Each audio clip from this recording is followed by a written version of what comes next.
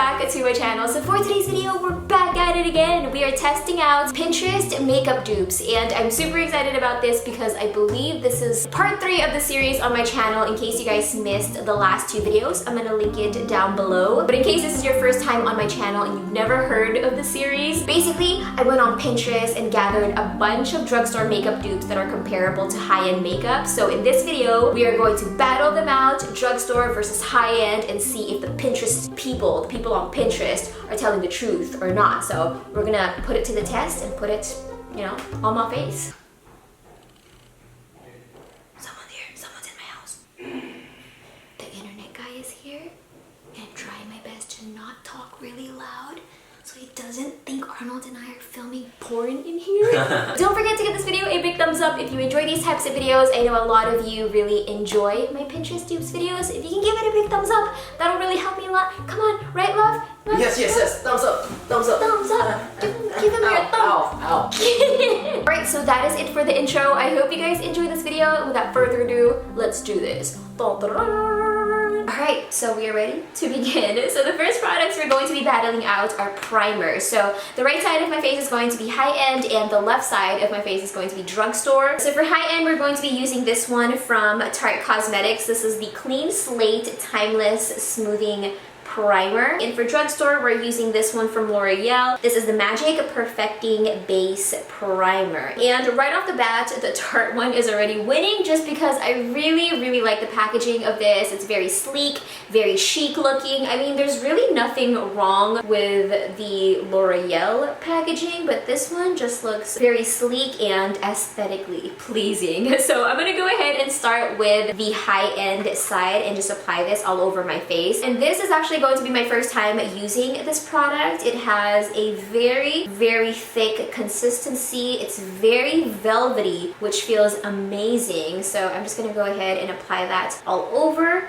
my face, pretty much around the area where I need it the most, which is where I have lots of pores going on. So that's around my nose area, my cheek area, right over here. Ooh, this one has a scent to it. It kind of reminds me of the Spa. I don't know if I love it or if I hate it yet, but it definitely has a scent to it, people. All right, so now we're gonna move on to drugstore, and this product I'm actually very familiar with, so I'm just gonna take some. I'm just gonna go ahead and apply this on the left side of my face, and if you guys have been watching my videos for quite some time now, then you know I used to use this product a lot back in the day. I actually stopped using this for a while. I think at one point it stopped working on me, so that's why I stopped using it. But when it was working for me, it did a really great job. All right, so I'm gonna go ahead and say that the L'Oreal primer is a dupe for the Tarte primer. I think they both did an amazing job priming my face. They also both did a really great job minimizing my pores, smoothing out my skin. Honestly, I can't even tell the difference. Which one's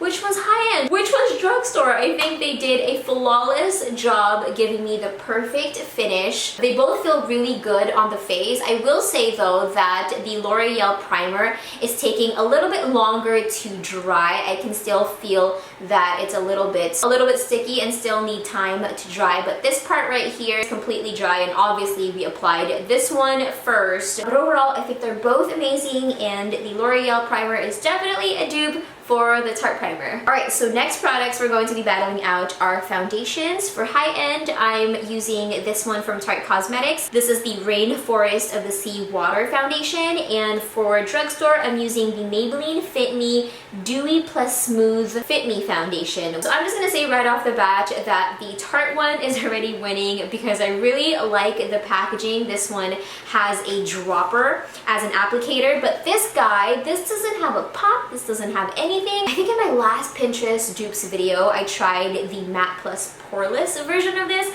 and I said the same thing. I just don't like the idea of having a foundation without a pump. I think it gets really messy versus this guy. You have a dropper, which makes it so much easier to apply it. So I'm just saying the Tarte one is already winning, but we will put them to the test and put it on my face. So I'm just gonna grab the Tarte one first, and I'm just gonna drop a little bit of this. And as you guys can see, this foundation is water-based. It has a very watery consistency. So I'm just gonna put this all over the right side of my face, the high-end side of my face. And I'm actually very familiar with this foundation because it's my current foundation. This is what I've been using for the past, I want to say, few months. And I'm actually so obsessed with this foundation because it gives a really nice finish. I also like the fact that it's not heavy on the face, it's not cakey. It has a very lightweight feel to it. Moving on to the left side of my face again.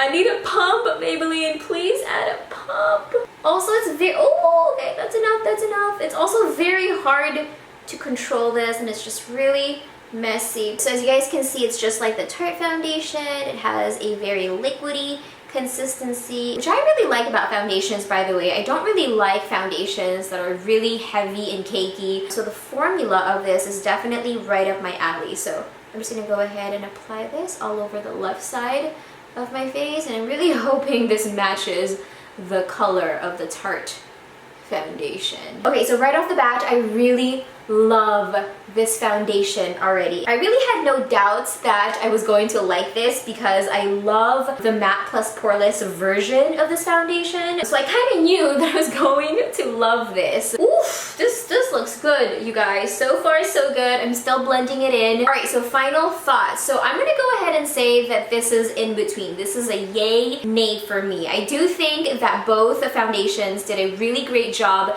giving me that flawless finish look. I also like the fact that it's not heavy, it's not cakey. They both feel very light on the face, very smooth. But I do think that the Maybelline one gives me more of a dewy finish, and the Tarte foundation one doesn't, which is not a bad thing because sometimes I really like that dewy type of finish and sometimes I don't. So I like them both equally, but I don't think they have the same finish when it comes to dewiness. So now we're going to move on with blush kits, and these guys are similar but not really. You guys will understand in a second why. So for high end, I have this one from Japonesque. This is the Velvet Touch Face Palette, and for Drugstore, we're using the Maybelline Master Blush Color and Highlight Kit. Okay, so the reason why I said they're similar but not really is because the Japonesque one has a contour powder, but this one doesn't. So the Japonesque one comes with 5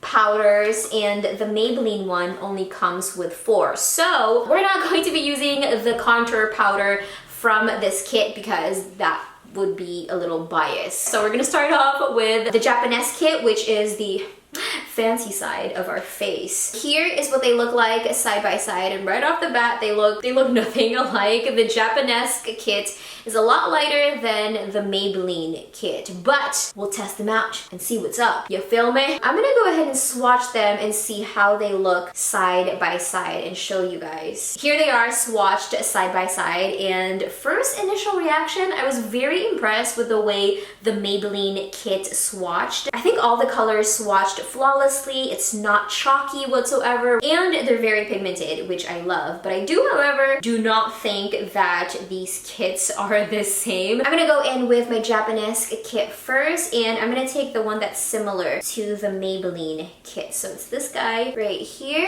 Oh, helicopter. Is that you, helicopter? What you doing, helicopter? And then with my Maybelline kit, I'm gonna take this guy right here, which is fairly similar to the one in the Japonesque kit. Ooh, so pigmented. Okay, so that's 2 different colors. Yeah, that's definitely not the same shade of pink, but that's okay. We will work with it. From the Japonesque kit, I'm gonna take the highlighter, which is this guy, and then just apply that right here just to give me a little bit of oof. Same thing from the Maybelline kit. I'm taking the highlighter and applying this right on top right here. What the heck? Oh my gosh, Maybelline is stepping up their game. They're stepping it up, people. Let's apply a little bit more. Let's see what will happen if we just apply just a Alright, so it's time for final thoughts, and I'm just gonna go ahead and say that these are not dupes. They are not alike. Yes, there's similarities, but they are not dupes. They're completely different colors. However, I did enjoy using them both, especially this Maybelline kit. I mean, this highlight is probably my new favorite highlight. So I'm definitely going to continue using this kit because the highlight is so good. All right, so next up we are going to be comparing translucent finishing powders. So for high-end, I have the Laura Mercier translucent powder, and for drugstore, I have the NYX Mineral Set It and Don't Fret It matte finishing powder, and here is what they look like. I'm gonna start with the Laura Mercier translucent powder and just add a little bit. Actually, you know what? Let's apply a little bit of concealer so that we can set it. I'm just gonna use that to set my concealer. And again, I'm very familiar with this translucent powder because this is my go-to